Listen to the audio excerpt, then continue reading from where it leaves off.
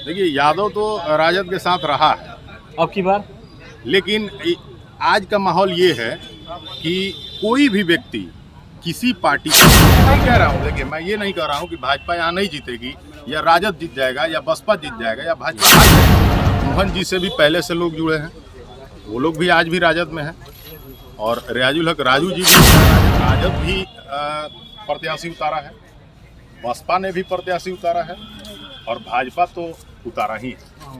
तो इस बार तीनों पार्टी जो है अपना अपना चुनाव लड़ रही है और बाकी अन्य जो है उनसे किसी का कोई मुकाबला नहीं। चलिए, बीजेपी का ये सीट है और बीजेपी कई वर्षों से इस पे अपना कब्जा जमाई बैठी है। इस बार उसका क्या रोल होगा? देखिए, लोग तो ये कह रहे हैं कि भाई 20-25 साल जिसने समय दिया है उनको कहीं ना कहीं विधायक जी नहीं रहे सदर के, और हम भी विधानसभा गोपालगंज के निवासी हैं, तो विधायक जी के नहीं होने का तो सबको दुख है और एक दिवंगत आत्मा को सबसे पहले सैल्यूट है, प्रणाम है, ईश्वर उनको अपने यहाँ स्थान दे। लेकिन जब स्थान खाली हो जाता है तो किसी न किसी को विधायक बनना ही है।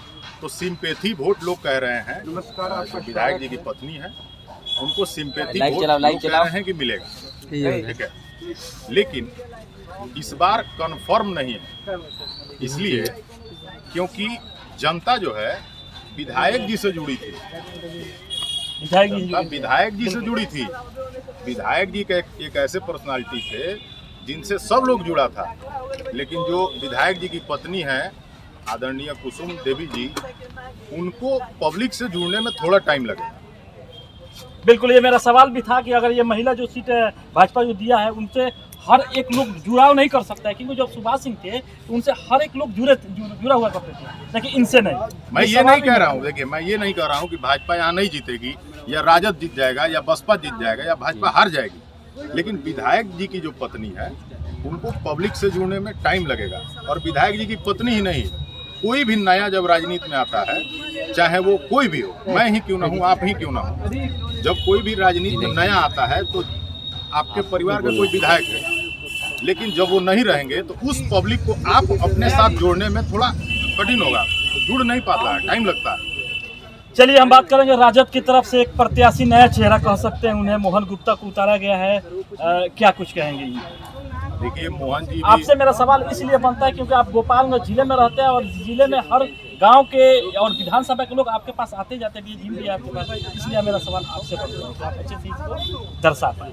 मोहन जी राजद में जुड़े हैं, लोग जानते भी हैं, मोहन जी से भी पहले से लोग जुड़े हैं, वो लोग भी आज भी राजद में हैं और रियाजुल हक राजू जी भी राजद में हैं। तो सब लोग मिलकर अपना चुनाव लड़ रहे हैं, हम लोग तो देख रहे हैं, कहीं कोई दिक्कत नहीं है। वो लोग भी रियाजुल हक राजू जी जो हैं गोपालगंज के पूर्व विधायक, मोहन जी हैं, जितना भी राजद के लोग हैं अपना घूम के वोट मांग रहे हैं। राजद का एक खेमा ऐसा भी है जो बता रहा है कि ये क्या बोलते हैं मोहन गुप्ता को, कि मोहन गुप्ता पहले बीजेपी से थे और बीजेपी के लिए काम किए हैं और अचानक आरजेडी में आने से हम बहुत नाराज भी हैं और इससे नाखुश भी दिख रहे हैं, क्या कुछ कहेंगे? नहीं, मोहन गुप्ता जी को किसी ने नहीं कहा है। मैं आपकी जानकारी के लिए बता दूं कि मैं जो भी कह रहा हूँ निष्पक्ष कर रहा हूँ, ना मैं किसी का विरोधी हूँ ना किसी का समर्थक हूँ, आप भी जानते हैं, क्योंकि माइक मेरे हाथ में भी रहता है और मैं आज तक किसी के पक्ष में नहीं बोला हूँ, सबसे कड़वा सवाल किया। तो मोहन जी के लिए किसी ने नहीं कहा कि उन्होंने बीजेपी का साथ, कल ही बताया था नहीं, वो साधु जी ये नहीं बोले थे कि मोहन जी बीजेपी के वोटर हैं, उन्होंने ये कहा था कि बनिया समाज बीजेपी को वोट देता है, उन्होंने मोहन जी को नहीं कहा था। और दूसरा, कोई मोहन जी के बारे में मैं भी नहीं कह सकता हूं स्पष्ट रूप से कि वो बीजेपी के सपोर्टर होंगे, क्योंकि हम लोगों ने उन्हें कभी बीजेपी में नहीं देखा है। लेकिन देख रहा है राजद में मुस्लिम समुदाय है, वो दो खेमे में बच चुकी है, क्योंकि एक तरफ आरजेडी के साथ में है और दूसरा नहीं है। हो सकता है कि राजद जो है बनिया समाज को टिकट दिया है, तो कहीं ना कहीं हो सकता है कि मुस्लिम समाज थोड़ी सी नाराजगी व्यक्त किया हो, और ऐसा हो भी सकता है। चलिए, एक चीज और हमें बताइए, जब मुस्लिम समाज दो खेमे में है और एक नाराजगी किया, वो जाएगा तो जाएगा? देखिए, हो सकता है कि मुस्लिम समाज जो है अभी नाराज है, बाद में कई बार ऐसा भी हुआ है कि मुस्लिम समाज ने नोटा का भी बटन दबाया, बिल्कुल, मुस्लिम समाज ने भाजपा को भी वोट दिया है और मुस्लिम समाज ने साधु यादव को भी वोट दिया है। और मुस्लिम समाज राजद के साथ तो रहा ही है। आप भी जानते हैं मुस्लिम यादव का कॉम्बिनेशन है। तो अभी ये जो चुनाव वाला ऊंट है ये किस करवट बैठेगा कोई नहीं जानता। चलिए, सबसे मजेदार चीज इस चुनाव में ये चीज है कि साधु यादव की एंट्री, इस पर आप क्या कुछ कहेंगे? साधु यादव का एंट्री कोई नया नहीं है। उनकी पत्नी एंट्री, यानी इन दोनों के बीच में नहीं, उनकी पत्नी जो है, साधु यादव जी की जो पत्नी है वो 2005 में भी चुनाव लड़ी। इंदिरा देवी, वो 2005 में भी चुनाव लड़ी थी और वो भी उस समय जो है कि चुनाव नहीं जीत पाई। होता है, चुनाव में जीत हार तो होता है, सब लोग लड़ते हैं, सबको हक है। और उन्होंने चुनाव लड़ा था, वो यहाँ दूसरी बार लड़ रही हैं।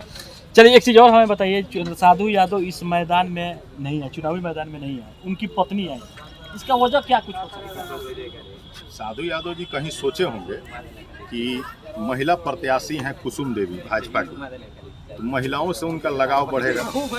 तो अगर ये महिला प्रत्याशी उतारेंगे, ये रणनीति हो सकता है। एक वोटर के नाते मैं सोच रहा हूँ ये उनकी रणनीति हो सकती है कि हम भी अगर महिला प्रत्याशी उतारेंगे तो यहाँ की वो बेटी हैं साधु यादव जी की पत्नी, और कुसुम देवी यहाँ की बहू यानी विधायक जी की पत्नी है, तो महिला दोनों हैं और महिलाओं से मिलने जुलने के लिए महिलाओं का एक अलग लगाव होता है, इसलिए साधु यादव जी ने उतारा होगा अपनी पत्नी को। साधु यादव अकेले निर्दलीय आए या बीजेपी से आए, बीएसपी से आए, किसी भी पार्टी से आए या निर्दलीय रहे, उनके लिए 30 से 40 हज़ार वोट फिक्स है। इसको आप क्या कुछ कहेंगे, सही बात है गलत बात? देखिए, साधु यादव जी गोपालगंज के 3 बार असेंबली के मेंबर रहे हैं और 1 बार लोकसभा के मेंबर रहे हैं। तो साधु यादव जी वोट लेने में आज भी सक्षम है, लेते हैं।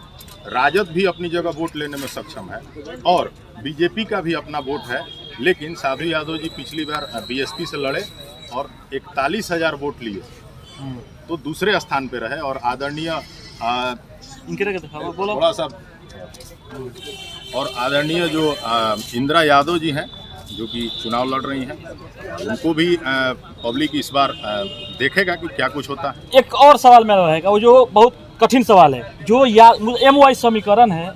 अभी तो अब थोड़ी देर पहले हम लोग बात किए कि मुस्लिम 2 खेमे में है, कभी किधर जा सकता है, वैसे यादव भी है, यादव भी साधु यादव के साथ में है और आरजेडी के साथ में, इस पर आप क्या कुछ कहेंगे? देखिए, यादव तो राजद के साथ रहा है अब की बार, लेकिन आज का माहौल ये है कि कोई भी व्यक्ति किसी पार्टी का गुलाम नहीं है। हाँ। चाहे वो हम हो या बनिया समाज को अगर लोग कहता है कि भाजपा का जो है ये लोग गुलाम है, ये लोग भाजपा को देता है, तो बनिया समाज भी भारतीय जनता पार्टी का गुलाम नहीं है। मिजाज की बात है और प्रत्याशी की बात है, जिसको जो प्रत्याशी जमेगा उस प्रत्याशी को वो लोग वोट देगा, चाहे वो कोई पार्टी हो, प्रत्याशी के ऊपर डिपेंड है।